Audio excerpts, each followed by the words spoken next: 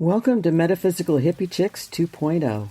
I'm Susanna Masseri, psychic medium and author of Living Beyond Death. My co-hosts are psychic medium Annalisa Bastiani and ET experiencer Terry Scalia. We focus on grounded, honest conversations about consciousness, mediumship, channeling, ETs, psychology, and modern spiritual culture. Thank you for joining us.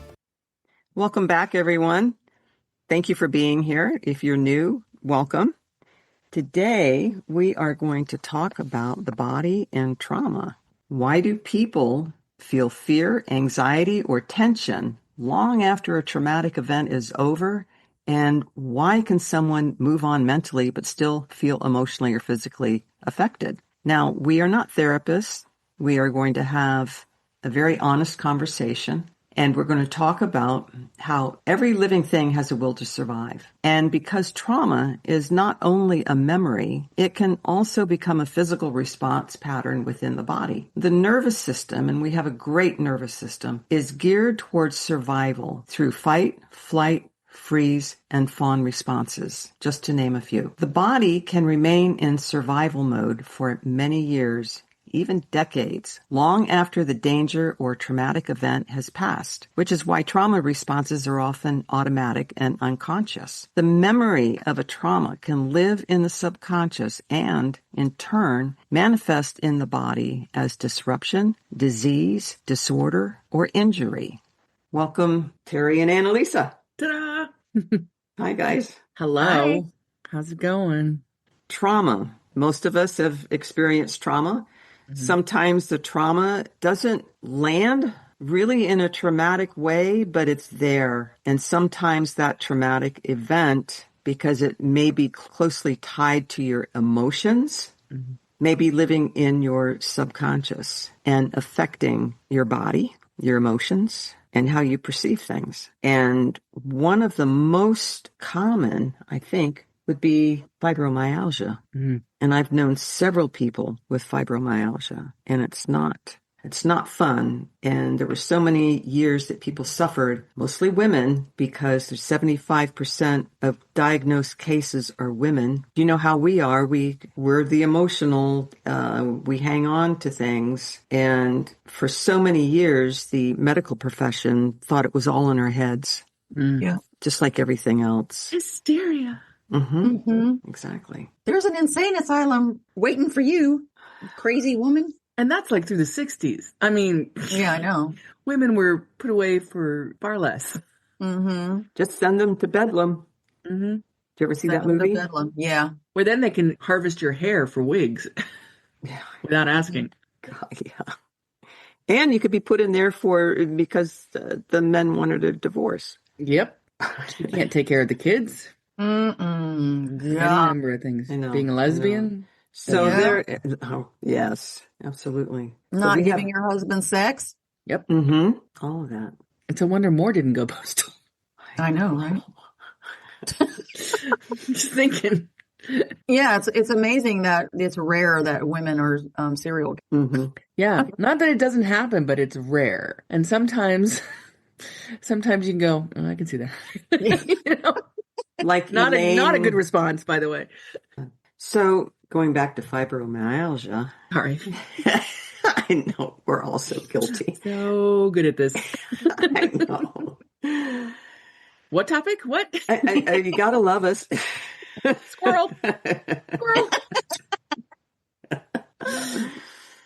Oh, okay. So with fibromyalgia, it affects people of all genders. The women are still diagnosed more frequently, and not everyone with fibromyalgia has a trauma history, and not everyone who experiences trauma develops fibromyalgia. Genetics, infections, hormonal factors, immune system changes, and other biological factors may also contribute. So studies have linked fibromyalgia with childhood adversity or unfortunate circumstances of the children, emotional trauma, PTSD, chronic stress, physical trauma or injury, major life stressors. Now, stress Stress can cause so many health problems. Mm-hmm. So many. And it's amazing. It's amazing how the body protects us. We're so adaptable.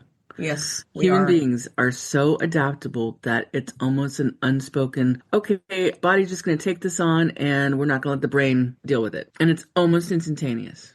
Mm-hmm. And denial is a Yeah. a big survival mechanism. It's huge. It works. It does. It does. I mean, for better or for worse, it's protective. Yeah. And our nervous system, this is why I tell people all the time, just listen to your body. What does your body say first? Not your mind. What does your body say first? What do you feel in your body? And so we've got the autonomic nervous system, which controls and regulates our organs. It comprises of two sets of nerves, the sympathetic and the parasympathetic nervous system. So the sympathetic nervous system connects the internal organs to the brain by spinal nerves, and the nerves prepare the organism for stress by increasing the heart, increasing blood flow to the muscles, and decreasing blood flow to the skin. I never knew that. The parasympathetic nervous system are the cranial nerves, primarily the vagus nerve and the lumbar spinal nerve. And when stimulated, these nerves increases digestive secretions and reduces the heartbeat. Do you guys know what the vagus nerve is? I've heard of it. Yeah, we've talked about that before in another podcast. Yeah, I'm not very clear on where it is, but I know it has to do with... It's the longest and one of the most important nerves in the body. Right. It runs from the brainstem down through the face, throat, heart, lungs, and digestive tract. And it helps regulate the automatic body functions. It's a major part of the parasympathetic nervous system, which is a system associated with rest, digestion. And then you have the gut-brain axis, which is the communication between the brain and the gut. Relaxation, recovery, slowing the heart rate, calming after stress. And it helps the body shift out of that fight or flight mode. It helps you recover. When your vagus nerve gets whacked out, it can wreak havoc in your body. Well, there's different practices that people can do to get it adjusted. Really? There's Do you know of any technique too? I think we had talked about it before. It is. I'm looking at. Is it somatic practices? That's right. Right. Yeah. There's different things you can do to get that aligned. I probably need to do some of that myself. Oh, I'm sure I do. That would be interesting. We should look into that and offer some more exercises people can do. There's also a thing that stimulates it. Like there's a machine it's a device you can use to stimulate it. And it's portable. I believe I looked at that at one point, and I think it's really expensive. Just a little thing. What's like that? A lymphatic nerve drain kind of thing. Yeah. Not nerve, lymphatic system drain. Right. What is that thing? Like you can put it on top of a bed or something, and Grounding mat. Yeah. What's that? So, you've heard of grounding, right? When you walk outside barefoot and your feet touch some grass. Yeah, you touch the earth and touch the grass, and because there's magnetic energy in the earth, and we need to have that grounding experience because it grounds us, because we are energetic as well, and we have electrical components to us. So they make these grounding mats for lazy people who don't want to go outside and walk around. Perfect. Sounds like me. I don't want to go out in nature. I'll just lie down on this mat. I'm a city girl. A city girl. Nature tries to kill me every time I go in it. So I think I'm a city girl. Yeah. So I bought one of those mattress things and I used it for a while. So what it does is, you know how your electrical outlets, it has the 3-prong little round one at the bottom is the grounding one. Well, they took that off of the plug so that you're just, no, wait, it's the opposite. Oh crap. What is it? I think maybe that's the one. I'd have to look at the plug, but one of those prongs are not is eliminated. Yeah. And it's for the purpose of you being grounding. Yes. So you're getting the grounding energy through the grounding mat that you're laying on. That sounds a little dangerous. Just don't use it during a thunderstorm with lightning. A little terrifying. I mean, there's studies been done on it. I mean, you can Google. Oh, yeah, there's a lot of information out there for grounding and why it's good. There's actually a documentary. I think it's called Grounding or something about grounding. There's a documentary on it. It's fascinating, and it's supposed to have a lot of healing properties. To heal your body. I've heard it works. Yeah.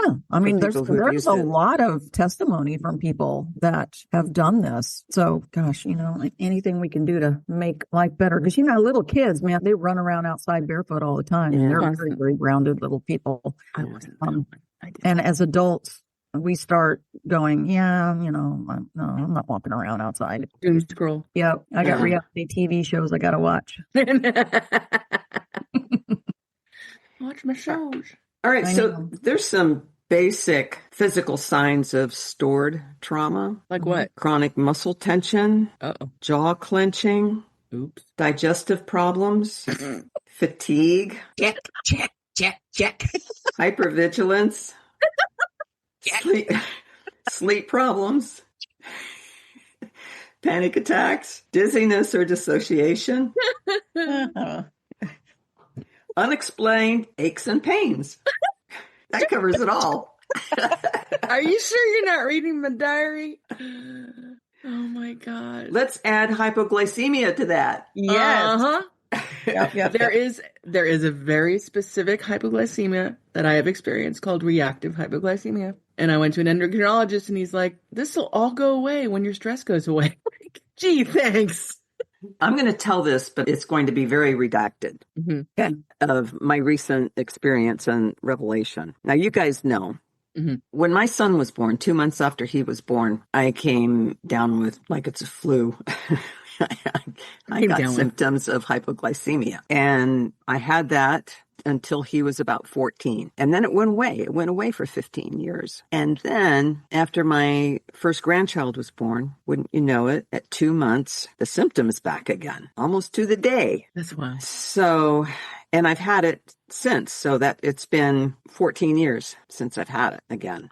So I knew, and I've known all along that this was energetic, but I didn't know how to put all the pieces together. Just this past weekend, I had a huge revelation, and I was having a conversation with someone, and we were talking about what happened around my son's birth. And she said, did anything bad happen in the labor room? And I said, no, nothing happened. I said, everything was great. I said, but wait a minute, something happened before. And I don't know exactly what it's called.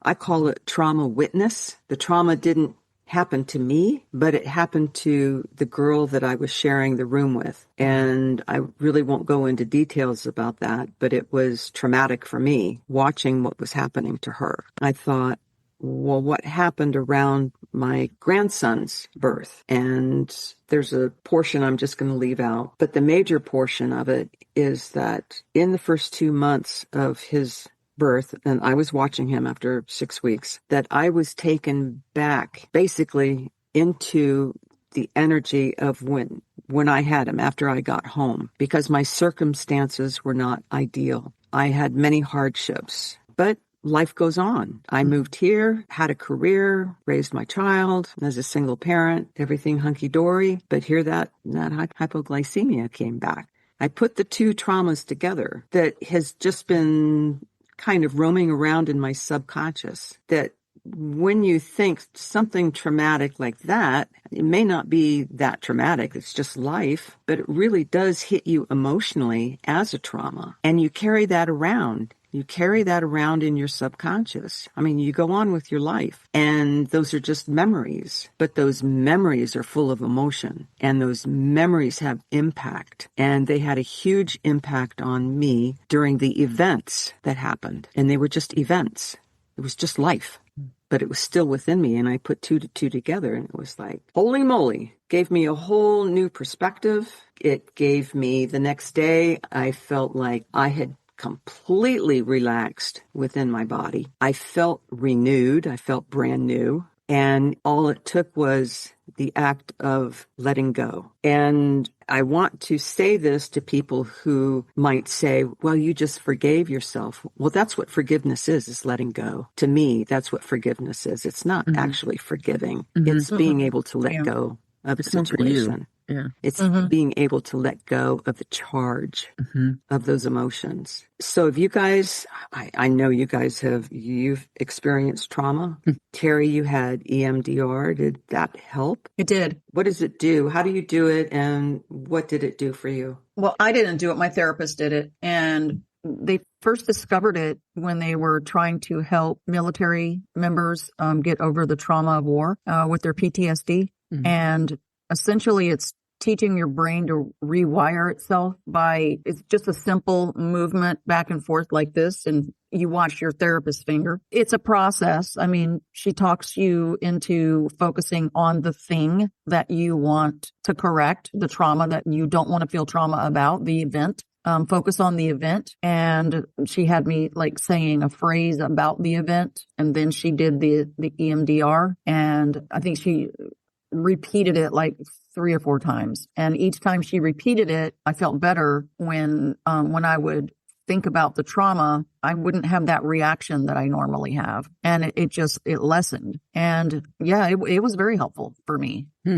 But there's a process. I was on YouTube the other day and I was watching, they have like EMDR videos that you can just watch. They have lights too. Isn't there like such a maybe follow the lights? Yeah. And I don't know that I trust that. I've not tried it, but I don't know if I trust it because you really need to be led by a therapist that knows how to do it. Yeah. It's safer with a That makes a lot of sense.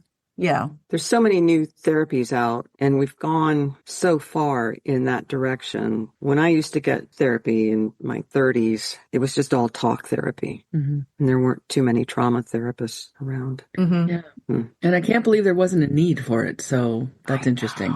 Like I said before, we're always adapting as humans. Yeah. So And- when something has to be tucked under, it gets tucked under fast. Mm-hmm. We're taught to suppress. Mm-hmm. I had I forget what kind of doctor it was, but a doctor, it might have been an acupuncturist, say that a lot of trauma is held behind the knees. Really? Yeah, that's a place to definitely kind of focus on releasing. Really? We would think it's the back, right? Because the back is your support system. Yeah. So it makes sense that the back would be affected. But she said behind the knees is a big one. Really? Huh. That's interesting. I hadn't heard that before. Because trauma can hide in multiple places within your body, and it doesn't go away. It doesn't go away, and it manifests in various ways, illnesses, just For sure.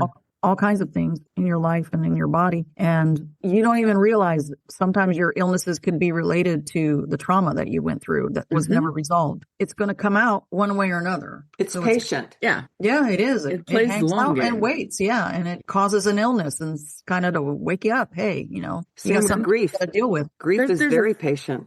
Exactly. And there's a theory, and this is not necessarily a most loved theory because it kind of blames the victim, but there's a theory that cancer is a result of hidden trauma, unprocessed trauma. Yeah, who knows? I mean, there's so many different cancers and so many people dealing with it that I don't want to say that, oh, well, you brought that on yourself. No, I'm not saying that at all. Mm-hmm. Especially when our air, water, and food is being poisoned. Exactly. Yeah. There's so many other components to this. There's a lot of unprocessed stuff that we just keep in our subconscious, like grief and fear and shame, anger. Shame is a big one. Shame is huge. Shame is a big one. Shame is huge. It's one thing to be traumatized by seeing something horrific like war or a car accident or something that you were too young to process, or even as an adult. Mm-hmm. It's another to have it impact you in such a way that you blame yourself. Yeah. And children do that. When there's a problem in the house, the parents are going to get divorced. The children take that on. Absolutely. It's their fault. They do. Absolutely. I do that. Every other person that I know that I've been friends with that came from a broken home or domestic stuff going on. Situations, yes. Situations. Take it on themselves. They I don't know. And that, for the children, that shapes their nervous system. Yep. Yes, it does. And for me, I think it shaped it into freeze mode. Like, I'm one of those people that freezes. I've had several interactions as a kid where that happened. And instead of fighting it, instead of doing something, I just shut down and disassociated completely. And I didn't know that's what I was doing. Yeah. I didn't know until I was an adult that's what I do sometimes. Yeah. Because a lot of times I'll fight. Not physically fight or anything, but I'll stand up to the person. But a lot of times if it's someone I have an emotional connection to, I'll freeze. Ding, ding. And then I'll go home and think, why didn't I say this? Why didn't I say that? There's a great book out there called Body Keeps the Score. Yes. I would highly recommend that to You've read people. that? Yeah. I've read excerpts. I haven't read the whole thing. Yeah. It explains to you how the body can react to trauma and what to do to correct it. Everybody needs therapy. Everybody needs to go get a therapist right now. Call now. Call your therapist. Also there are groups, like support groups for people who have experienced trauma, people who were raised by narcissistic parents, all kinds of really great support groups on Meetup. If you haven't heard of Meetup, it's a website that people can join different groups depending on what you're interested in, anything from canoeing and hiking and basket weaving, and they have support groups. And I had joined a support group about a year ago, and it was very, very helpful. We met once every 2 weeks, and they do workshops, and it's run by professional people, and it was very, very helpful. So instead of going to your local library or church or whatever to have a support group in person, which is really probably a good thing to do, they have these Zoom calls where, you could have like 15 people and everybody's sharing their story. And the eye-opening thing for me was I learned so much about trauma and what it can do to a person's body, what it can do to your mind, how it affects who you are as an adult in the decisions that you make and all of that stuff. And it was very, very eye-opening to hear other people's stories about what they have gone through, and you don't feel so alone anymore, which is really, really helpful. So that's available too, but it's Meetup. And if you've never heard of Meetup, it's meetup.com. And, that's so cool. It's another option. Yeah. For years, it seemed like the only thing that was remotely similar in that kind of group community thing was AA. Yeah. Which I think is brilliant for gathering people together to not feel alone and to face what they are dealing with and not and be held accountable, but have the support too. Yeah, we learn so many ways to survive when we're kids, especially when we're in very tough situations in the home. And one of the biggest things that I learned was how to read people and how to read a room. Yep. It gave me so much insight because you're literally reading energy. But if you don't take care of that trauma that gave you that ability. No, that means your head's on a swivel 100% of the time, which is heightening your hypervigilance. Yeah. It's interesting because I used to get the comment, she's so mature for her age. She speaks to adults so well for her age. Well, yeah, I was surrounded only by adults, and two of them were not my parents. My parents are fantastic, but they were working. And so the people the family that I stayed with while they worked, one was schizophrenic and undiagnosed, and the other was careening into Alzheimer's. So reality was kind of an ever-shifting thing.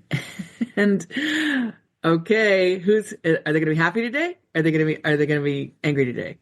How's that going to go? And am I going to have to call someone, or am I just going to have to pretend it didn't happen? I never called. Yeah. It was always just let it happen. Just go with the flow. Move with it goes. And let me just say, I am not blaming a schizophrenic and someone who has Alzheimer's. It was a very unique situation. It was their diseases. It wasn't them. It was just kind of an eclectic grouping of situations that's just life, right? We say that's just life. Because you don't have someone to blame, there's like this weird, unearthed kind of feeling. Strange internal dichotomy that's going on. There is. Because you can't let go. You can't slay the dragon. And some of the best ways, if you're just beginning to take a look at things and you're still emotionally attached to the events or event that happened, is to take a look at it and take all of the emotion out of it and just see it as an event. Just see it as an experience and take all of the emotion out of it and see how you feel and see how your body feels when you do that. And it may take practice because we're so hooked into that loop of keeping the emotions attached. But there's I'm sorry, go ahead. No, you go ahead. That's all right. No, I forgot. You sound like me. Oh, that's okay. Way too relatable. Way too relatable. Oh, God. All right. So we've had that conditioning, in childhood trauma. That early experiences shape the nervous system. Children absorb emotional environments deeply. Survival patterns formed in childhood may continue in adulthood. Duh. Mm-hmm. Mm-hmm. People may normalize stress because it feels familiar. And what we do with stress is that we get used to that level of stress that we have, and then we think we can pile on more stress, and then we get used to that, and then we up the ante with more stress, and we get used to that and thinking that's normal, and we can get ourselves in a whole lot of trouble physically and mentally. Mm-hmm. We don't recognize that. Because there's a feeling of, if I can't handle this, then the world will surpass me. Things will surpass me. Mm-hmm. If I have to stop and take care of myself, then the world keeps going on and I'll be behind in some way. It's keeping up with the Joneses in a lot of ways that keeps us in that frame of mind. So I asked about the spiritual perspective of trauma. The body is not the enemy. It is communicating. All the time, the body is communicating. All the time, your body is communicating to you. It's talking to you. Practice talking to your body. It is talking to you. Practice talking to your body. Symptoms may be signals rather than punishment. Healing can involve learning to feel safe in the body again. Nature, silence, grounding, breath, creativity, and authentic connection can help reconnect people to themselves. That's another thing. We tend to disconnect ourselves from ourselves. Mm-hmm. Like we do with nature, we disconnect ourselves from nature. Think we're separate from nature, but we're not. And I have known people who identify with their trauma and identify with being ill. One in particular person I can remember that I knew her for 17 years and she was sick the whole time with different ailments for 17 years. And that was her identity. Mm-hmm. Her illnesses I've known people were like that. Yeah. her identity. Mm-hmm.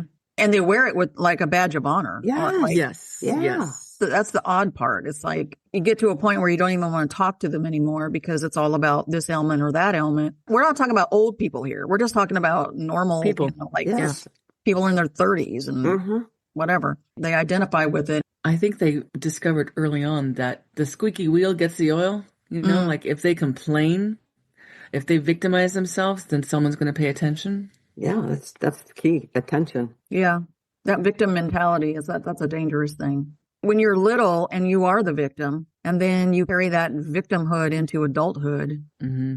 I was a victim for many, many, many, many, many, many years. But there comes a day where you have to look at yourself and say, why did this happen to me? And how do I prevent these types of things from happening to me moving forward? And that's a whole other process. Mm-hmm. But you have to take responsibility. I had a hard time taking responsibility for it. I wanted to blame other people. Mm-hmm. I was the victim. And one day I woke up and went, oh, wait a minute. You know, I have to take responsibility for my part in making those decisions. That I needed to wake up and say, wait a minute, this is wrong, and stop it from happening, which eventually I did do that. It was very, very hard. I thought I was going to die before that happened, but look what you overcame. Yeah. And it just ended up making me a stronger person. But once you start taking responsibility and really looking at things and taking responsibility for your actions and how your actions played into the drama that is going on in your life,